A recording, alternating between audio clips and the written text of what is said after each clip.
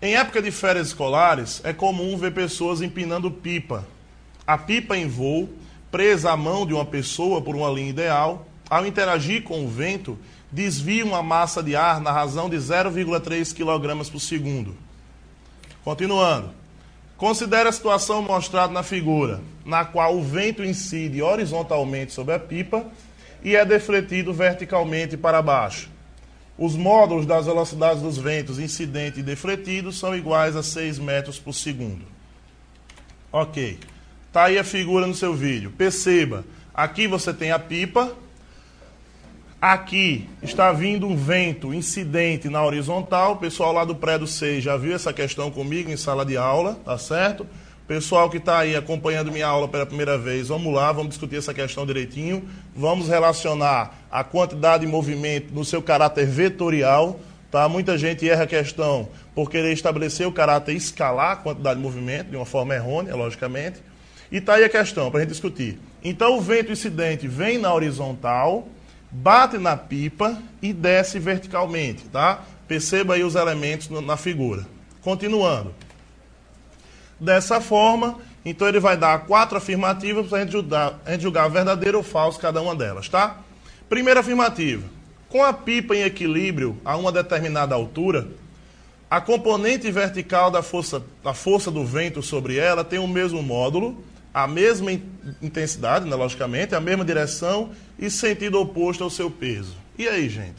Se a pipa está em equilíbrio a uma determinada altura, a componente vertical da força do vento tem a mesma direção, o mesmo módulo, sentido oposto ao seu peso, o que é que vocês acham? Falsa. Não tem lógica você dizer isso. Por quê, professor? Olhe para cá, olhe para o vídeo. Quais são as forças que atuam na pipa enquanto ela mantém uma certa altura?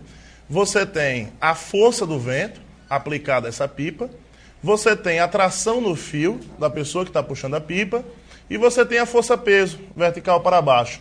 Então, o que foi que a afirmativa disse? Disse que a componente vertical, olha aqui no vídeo, ó, se você traçar aqui um eixo Y e um eixo X, você vai perceber que essa força do vento tem uma componente vertical aqui. Agora, essa componente vertical aqui não é somente igual à força-peso em módulo. Por quê? Porque você também tem uma componente da tração aqui verticalmente. Então, a componente vertical da tração somada com a força-peso vai ter que ter a mesma intensidade da componente vertical da força do vento. Então, a afirmativa 1, a primeira afirmativa nossa aí, é falsa, tá certo? Tudo bem? Vamos lá, vamos seguir. Então, a primeira afirmativa, falsa, ok? Bom, vamos lá. Segunda afirmativa. Em um intervalo de 2 segundos, o impulso sobre a pipa é de aproximadamente 5,1 newton-segundo. E aí, gente, como é que a gente vai poder calcular o impulso da força aplicada sobre a pipa? Vamos lá. Essa afirmativa é verdadeira. Vamos provar porque essa afirmativa é verdadeira. Acompanhe comigo aí no vídeo. Gente, observe o caráter vetorial da quantidade de movimento. Muito cuidado com isso, tá? Você tem o vento aqui, que está vindo na horizontal. Qual é a massa de vento que está passando por segundo ali, hein? A questão forneceu lá no início. 0,3 kg por segundo. E qual foi o tempo considerado na segunda afirmativa? Voltando aqui, ó, no intervalo de tempo de 2 segundos. Então, qual é a massa de vento que está passando aqui nesse intervalo de tempo de 2 segundos? 0,6 kg, tá certo?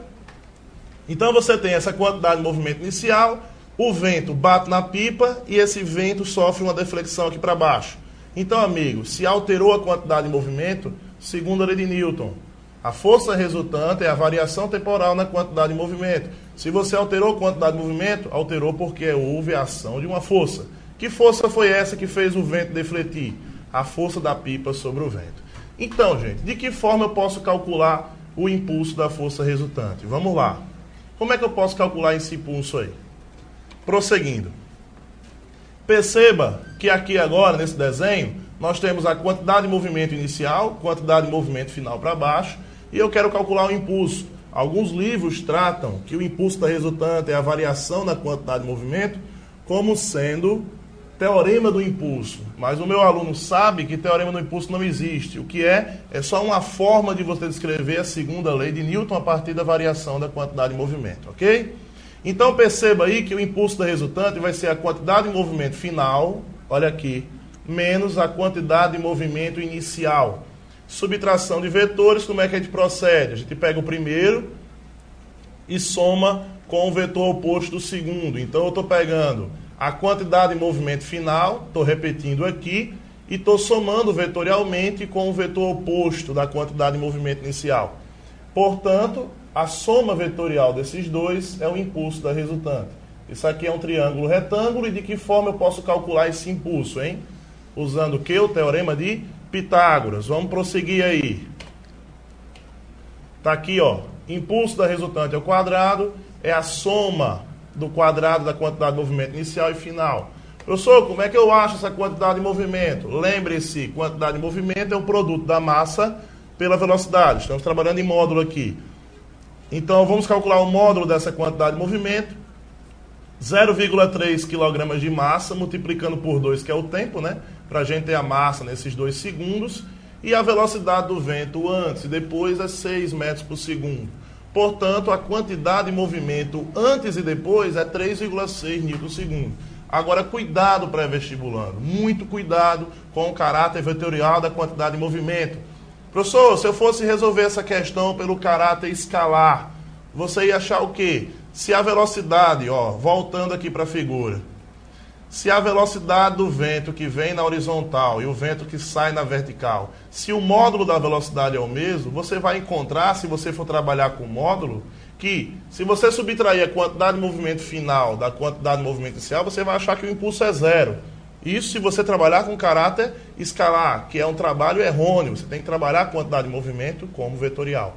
Então, voltando aqui na figura, o quadrado do impulso da resultante é a soma dos quadrados das duas quantidades de movimento, tá?